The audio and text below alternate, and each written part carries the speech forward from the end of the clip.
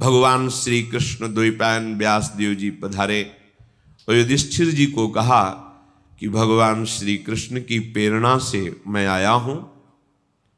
भगवान ने आदेश किया है कि हम तुम्हें प्रति स्मृति नाम की विद्या दें। यह ऐसा मंत्र है, अगर इसका अनुष्ठान करोगे तो तुम जिस देवता को जहां जिस लोक को चाहोगे बैठे बैठे देख लोगे। तुम्हारे अंदर दिव्य दृष्टि आ जाएगी और मन की गति के समान तुम वहां पहुंच जाओगे जहां संकल्प करोगे। और ये विद्या तुम अर्जुन को दीजिए। अर्जुन दिव्यास्त्र प्राप्त करे जिससे इस पृथ्वी में जो असुर स्वभाव के जन हैं उनका उद्धार हो सके। भगवान व्यास देव जी के द्वारा दी हुई प्रतिस्मृति विद्या जब अर्जुन को प्रदान करी, अर्जुन समस्त ब्रह्म ऋषियों की वंदना करके देवराज इंद्र की प्रसन्नता से ही दिव्यास्त्र प्राप्त होंगे ऐसी भावना से इंद्रकील पर्वत पर पहुंचे। वहां एक वृद्ध ब्रह्म ऋषि रूप में देवराज इंद्र ही बैठे थे। उनका तिष्ठ तिष्ठ, रुक जाओ, आगे मत जाओ। आगे अस्त्र शस्त्र ले जाने लायक देश नहीं है, यहां सब दिव्य सिद्धों का देश है। तुम अपना ये धनुष फेंक दो, ये तूणीर फेंक दो और सावधान होकर आगे जाओ। उन्होंने कहा नहीं, ये गांडीव धनुष परम पूजनीय परम पावन है, मैं इसे तो नहीं फेंक सकता हूं। अगर इसे तुम फेंक दोगे तो जिस लोक का सुख चाहोगे वो सुख हम प्रदान करेंगे। नहीं, मुझे कोई लोक का सुख नहीं चाहिए। मैं जिस हेतु से जा रहा हूं उसमें इस अस्त्र की आवश्यकता है। यहां एक संकेत मिलता है कि अगर आपने लक्ष्य बना लिया है उच्च कोटि का, भगवत प्राप्ति, भजन करना, धर्म से चलना, सत्य से चलना, तो आपकी परीक्षा होगी। उस मार्ग से हटाने के लिए प्रलोभन आएगा। आपको उस प्रलोभन में अपनी निष्ठा को नहीं छोड़ना है। अगर छोड़ दिया तो गए। भय भी आ सकता है, भयानक भय आ सकता है, पर अगर आप अपनी निष्ठा पे रहे तो भय केवल दिखावा होगा, आपको दुख नहीं दे सकता। प्रकट हो गए देवराज इंद्र और कहा मैं कोई ब्रह्म ऋषि नहीं हूं, मैं त्रिभुवनपति देवराज इंद्र हूं। तुम अपनी निष्ठा में अचल रहे, क्या चाहते हो? तो कहा मैं आपके द्वारा दिव्यास्त्र चाहता हूं। वो तो तभी प्राप्त हो सकते हैं जब देवाधिदेव भगवान शंकर का दिव्य अस्त्र तुम्हें प्राप्त हो, उनका साक्षात्कार हो, फिर हम समस्त लोकपाल अपने अपने दिव्यास्त्र आपको दे देंगे। अर्जुन ऐसा सुन ही रहे थे कि देवराज अंतर्धान हो गए। अब विचार किया कि मुझे प्रथम महादेव जी की आराधना करनी चाहिए। तपस्या के लिए दृढ़ निश्चय करके बड़ी उतावली के साथ चले और एक भयंकर कंटकाकीर्ण वन में पहुंचे, जहां समीप में सुंदर नदी प्रवाहित हो रही थी। हिमालय का शिखर है, पवित्र शीतल वायु चल रही है। उस स्थान के दर्शन करके मन में निश्चय हुआ कि यही भगवान शंकर की आराधना करेंगे। महातेजस्वी दृढ़ संकल्प वाले अर्जुन ने उस प्रदेश में तपस्या में संलग्न होने के लिए स्थान चयन किया और कुशा की लंगोटी लगाई। कुशा बहुत दुखद होता है, छू जाए तो त्वचा को चीर दे। लंगोटी लगाई और एक दंड समीप में रख लिया और अपने गांडीव धनुष और तूणीर को वृक्ष की डाल पे से टांग दिया और हाथ जोड़कर भगवान शंकर की स्तुति करके निरंतर भजन में लग गए। 1 मास तक 3 दिन 3 रात कुछ नहीं खाना, उसके बाद सूखा पत्ता लेकर के पाना। दूसरा मास 6 रात के बाद कोई फल ले लेना। तीसरा महीना 15 दिन 15 रात व्यतीत होने के बाद एक बार कुछ फल ले लेना। चौथे महीने में केवल जल पीकर रहना, फिर जल भी छोड़कर केवल वायु श्वास, बस निरंतर महादेव जी के चिंतन में निमग्न। दोनों भुजाएं उठाए हुए, कोई सहारा नहीं, पैर के अंगूठे के अग्रभाग पर खड़े होकर के भगवान शिव के मंत्र का जप करते हुए आकाश की तरफ दृष्टि रखे हुए एकाग्र चित्त से उपासना कर रहे हैं। तदनंतर अर्जुन की भयंकर तपस्या को देख करके वहां रहने वाले जितने ब्रह्म ऋषि थे सब भगवान पिनाक पाणी महादेव जी के समीप गए और महादेव जी को प्रणाम करके कहा, देवाधिदेव, अर्जुन आपके लिए महान तपस्या से युक्त होकर के उपासना कर रहे हैं। हिमालय के पृष्ठभाग में स्थित होकर ऐसी उग्र तपस्या कर रहे हैं कि यदि आपने उनको सांत्वना न दी जो वो चाहते हैं तो दिशाओं में आग पैदा हो जाएगी उनके तप से। हे देव देवेश्वर, हम लोग कुछ समझ नहीं पा रहे कि उनको कैसे शांत करें। वे अपनी तपस्या का संताप प्रकट कर रहे हैं। हम महर्षि जन चिंतित हैं कि यदि वो ऐसी तपस्या में रहे तो आग पैदा हो जाएगी। जैसे ध्रुव जी ने अपनी प्राणवायु बंद कर ली तो त्रिभुवन की प्राणवायु बंद हो गई, तत्काल भगवान को आना पड़ा। पवित्र चित्त वाले इन महर्षियों की जो सदा सबको सुख देने में तत्पर रहते हैं, उनकी बात सुनकर भगवान देवाधिदेव महादेव ने कहा, महर्षियों, मुझे पता है, तुम विषाद मत करो। अर्जुन की तपस्या किसी को कष्ट देने के लिए नहीं है। अर्जुन के मन में जो संकल्प है वो मैं जान रहा हूं। वो किसी लोकांतर के भोग की इच्छा से तपस्या नहीं कर रहे हैं। उन्हें जो पाना है वो मैं प्रदान करूंगा। तुम सब शांत चित्त होकर अपने अपने भजन में लगो जाकर। भगवान शंकर का ये वचन सुनकर जितने ब्रह्मर्षि आए हुए थे सब प्रणाम करके अपनी अपनी कुटिया को गए। उन महात्माओं के चले जाने के बाद सर्व पापहारी पिनाक पाणी देवाधिदेव भगवान शंकर किरात वेश धारण किया। दिव्य कांति धनुष बाण धारण किए हुए, मृगचर्म धारण किए हुए, और भगवती उमा भी उसी भेष में साथ में, और साथ में उमा के साथ बहुत सी देवियां और महादेव जी के साथ उनके गण, पर सब किरात वेश में। जे ही भगवान शिव इस वेश में वन में प्रवेश किए तो सारा वन शांत हो गया। खग मृग पशु पंछी वायु जल सबका कोलाहल शांत हो गया, आवाज बंद। एक घुरघुराहट सुनाई दी उस अर्जुन को। तो आकाश दृष्टि करके मंत्र जप कर रहे थे, दृष्टि घुमाई तो देखा एक विशाल सुअर उनको मारने के लिए तीव्र गति से आ रहा है। तत्काल अर्जुन ने अपने गांडीव धनुष को उठाया और प्रत्यंचा चढ़ाकर टंकार की, जिसकी ध्वनि उस शांत वन में गूंज गई। अर्जुन ने कहा, ऐ शुकर, मैं तपस्या में लगा हूं, किसी को कष्ट नहीं दे रहा हूं, फिर भी मुझे मारना पड़ेगा, क्योंकि तो बिना अपराध के मुझे मारने के लिए आ रहा है। सुदृढ़ धनुष वाले अर्जुन को प्रहार के लिए उद्यत देखकर किरात रूपधारी भगवान शिव ने सहसा रोका। ऐ वीर, इस शूकर को मैंने पहले शिकार रूप में निश्चित कर लिया है, तुम अपना बाण मत चला देना। परंतु अर्जुन ने किरात के वचन की अवहेलना करके तत्काल भयंकर बाण के द्वारा उस शूकर को बेध दिया। जैसे अर्जुन का बाण वैसे ही किरात वेशधारी भगवान शिव का बाण भी उसी जगह लगा। दोनों के छोड़े हुए बाण से सुवर्ण रूप त्याग करके मूक दानों विशाल पर्वत की तरह वो अपने असली स्वरूप में आकर प्राण त्याग कर गिर पड़ा। उसे अर्जुन को मारने के लिए भेजा गया था।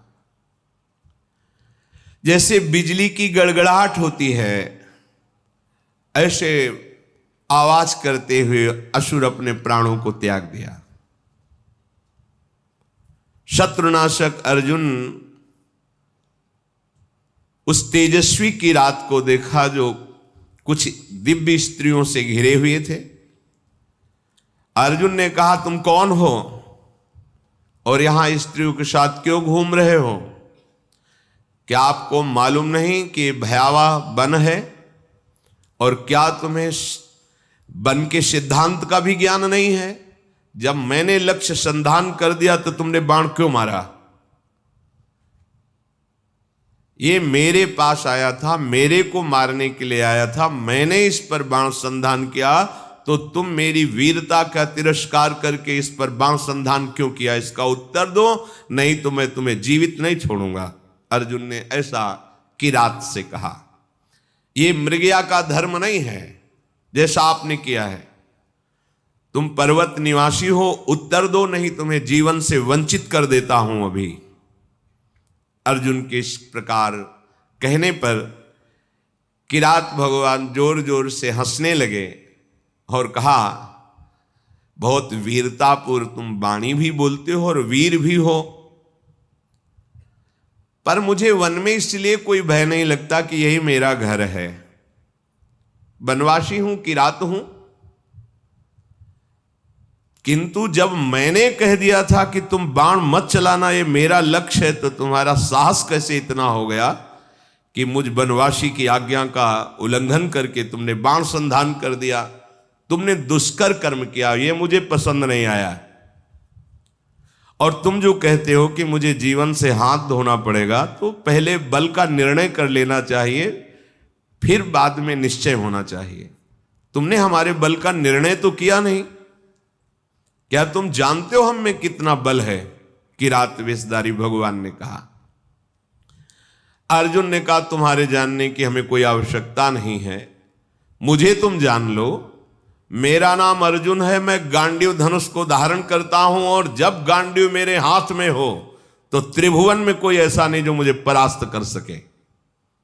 ये हिंसक रूप धारण करके दैत्य मुझे मारने आया था, मैंने इसे मार गिराया, अपराध आपका है। आपने मेरे लक्ष्य पर बाण क्यों मारा? किरात वेशधारी भगवान बोले, मैंने पहले रोका था और बाण संधान करके मैंने मारा है, और तुम मेरे सामने वीरता की बात करो, इसलिए लगता है कि मुझे तुम्हें दंड देना पड़ेगा। अर्जुन ने कहा, ऐसा कौन है त्रिभुवन में जो मुझे दंड दे? हमें लगता है कि तुम्हें प्राणों से कोई प्यार नहीं है, तुम्हें प्राणों से हाथ धोना पड़ेगा। भगवान ने कहा, तुम्हें बल का घमंड है क्या? तुम दूसरों को निर्बल समझते हो क्या? हमें लगता है तुम्हें शक्ति का और बल का गर्व है। तो धैर्यपूर्वक हमारे सामने तुम अपना बल प्रदर्शन करो, मैं खड़ा हूं। पर जब मैं बाण छोड़ूंगा तो तुम खड़े नहीं रहोगे। किरात की ये बात सुनकर अर्जुन को बड़ा क्रोध है कि एक वनवासी किरात हमको ललकार रहा है। तत्काल भगवान शिव का ध्यान करके बाणों का संधान प्रारंभ किया। जितने भी बाण जा रहे हैं उस कोई घाव नहीं पैदा करे, सब लीन होते जा रहे हैं। और बार बार किरात कह रहे, और संधान कर। अर्जुन को समझ में नहीं आ रहा कि आज तक तो ऐसा नहीं हुआ। बाण गया, अक्षय तूणीर है, बाण गया, लक्ष्य वेदा तूणीर पे आ गया है। ये तो लीलता जा रहा है। बाण जहां जा वो अंतर्ध्यान उन्हीं के शरीर में होता जा रहा है। अर्जुन ने बाणों की वर्षा, झड़ी लगा दी। भगवान जो किरात वेश में कोई चेष्टा नहीं कर रहे, जहां बाण जाता है वहीं समा जाता है, अंतर्धान हो जाता है। 48 मिनट तक बाणों की झड़ी लगाते रहे, कोई खरोच भी नहीं और एक भी बाण वापस नहीं हुआ। सारी बाण वर्षा व्यर्थ देखकर अर्जुन को बड़ा आश्चर्य हुआ और कहने लगे, धन्य है किरात, धन्य है। वास्तविक मैंने ऐसा वीर नहीं देखा तुम्हारे जैसा। हिमालय शिखर के समान तुम निश्चल खड़े हो और महाप्रचंड गांडीव धनुष से छूटे हुए बाण तुम्हें तनिक व्याकुल नहीं कर पाए। शास्त्रों बाण संधान किया पर तुम्हें खरोच नहीं हुई। एकमात्र मेरे आराध्य देव भगवान पिनाक पाणी शिव के सिवा कोई दूसरा ऐसा नहीं हो सकता कि जो हमारे गांडीव धनुष की चोट सह जाए बाणों की। और यदि तुम रुद्रदेव से भिन्न हो तो अब मैं जितने मंत्र जानता हूं, अस्त्र जानता हूं, सबका प्रयोग करके तुम्हें नष्ट कर दूंगा। अर्जुन ने जैसे आग्नेय अस्त्र मिले हुए थे, उन सब अस्त्रों का प्रयोग भगवान शिव पे किया। सैकड़ों दिव्य अस्त्रों का प्रयोग किया, पर सब अंतर्धन जा करके शांत हो जाते। भगवान किरात वेशधारी हंसते हुए बोले, और करो, और बाणों का संधान करो। अर्जुन ने देखा अब तुणीर में एक भी बाण नहीं रह गया, तो उन्होंने विचार किया कि भगवान अग्निदेव जी के द्वारा ये दिए हुए खांडोप्रस्थ जलाने के लिए तुणीर थे, इनका अक्षय शब्द नाम है, अर्थात कभी खाली ही नहीं होंगे। तो कर्तुम अकर्तुम अन्यथा कर्तुम सर्व समर्था सा ईश्वर, देवों के भी देव महादेव, एक भी बाण तुणीर में नहीं बचा, सारे बाण नष्ट हो गए। अब मैं क्या करूं? ये तो मेरे बाणों को ही लील जा रहा है, तो मैं इस प्रचंड बलशाली धनुष के प्रहार से मारूंगा, धनुष की कोटि से। ऐसा विचार करके अर्जुन ने अपने प्रचंड गांडीव धनुष से प्रहार किया। गांडीव धनुष भी लीन हो गया किरात के शरीर में। कूद पड़े अर्जुन और अपने घूंसे से प्रहार किया। भगवान शिव शांत खड़े हैं। एक तलवार थी अर्जुन के पास जो पर्वतों को भी काट सकती थी। भगवान शिव पे मारा तो कुंठित होकर गिर गई, कहीं खरोच भी नहीं। बड़ा कि आखिरकार अब कैसे इन पर विजय प्राप्त करें। किरात रूपधारी जो भगवान थे, भगवान ने कहा अभी वृक्ष है, शिला है, इनसे प्रहार करो। कुंती कुमार अपने बल से पर्वत की शिलाएं उठाकर प्रहार करते हैं, कोई फर्क नहीं। अब भगवान शिव ने कहा हो गया, अब हम प्रहार करते हैं, तुम सहो। दौड़ करके किरात ने अर्जुन को अपनी भुजाओं में फंसाया और मुष्टि प्रहार किया। बड़ा भयंकर शब्द हुआ, अर्जुन का अंग अंग टूटने लगा भगवान शिव के घूंसे के प्रहार से, मानो उनकी भुजाओं में मूर्छित हो रहे हैं। देवादिदेव महादेव जी के अंगों से फिर भी प्रयास करके वो लड़ रहे हैं। एक एक अंग उनका टूट रहा है।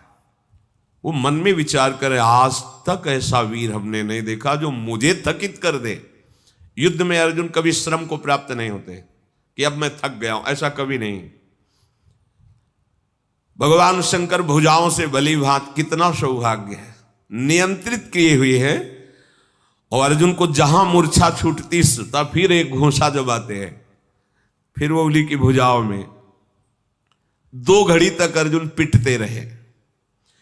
फिर उनका देखो, मुझे थोड़ा समय दे दो, अगर तुम युद्ध के नियमों को जानते हो तो मैं कह रहा हूं थोड़ा समय दे दो, फिर मैं तुमसे युद्ध करूंगा। छोड़ दिया, और करके देख लो। तत्काल वहीं की मिट्टी एकत्रित की और उसे लिंगाकार किया।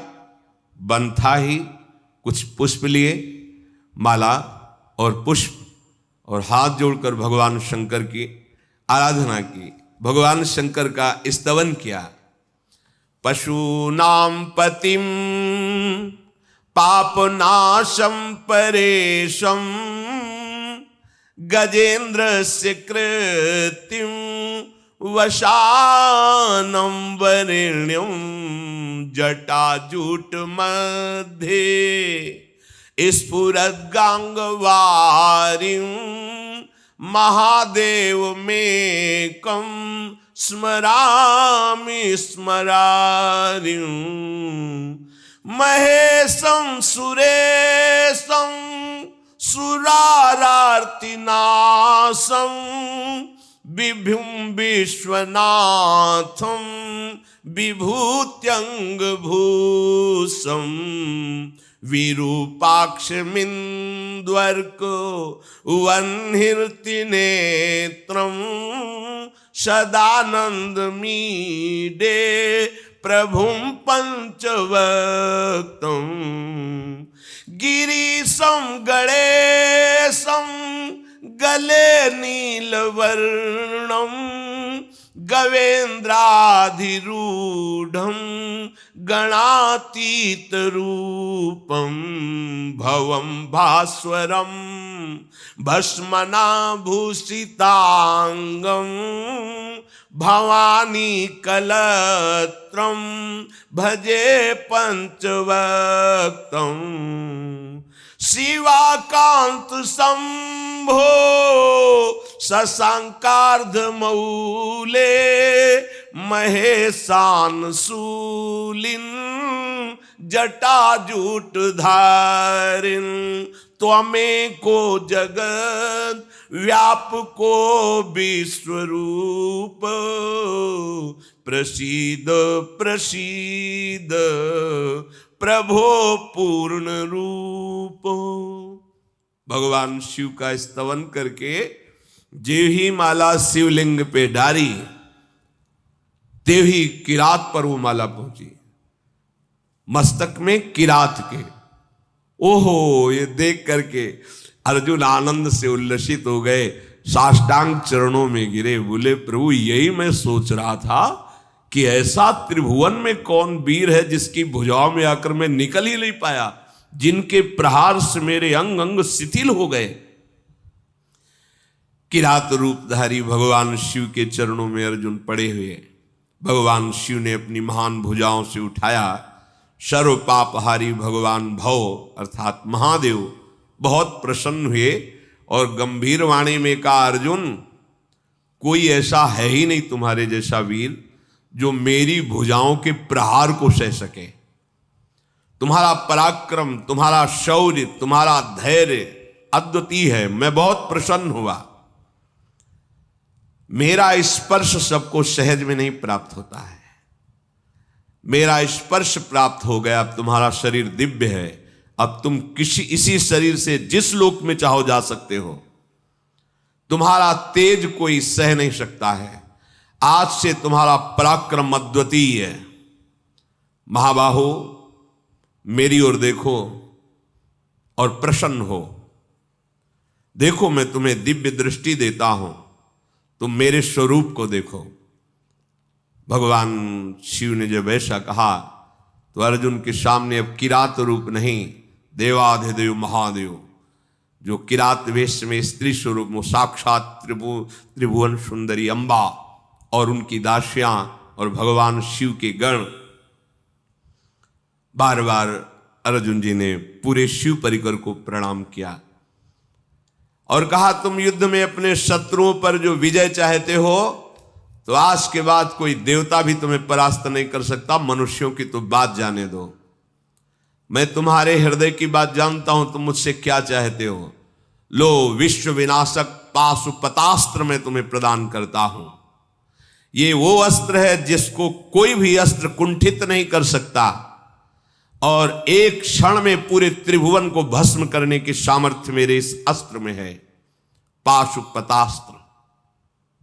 तदनंतर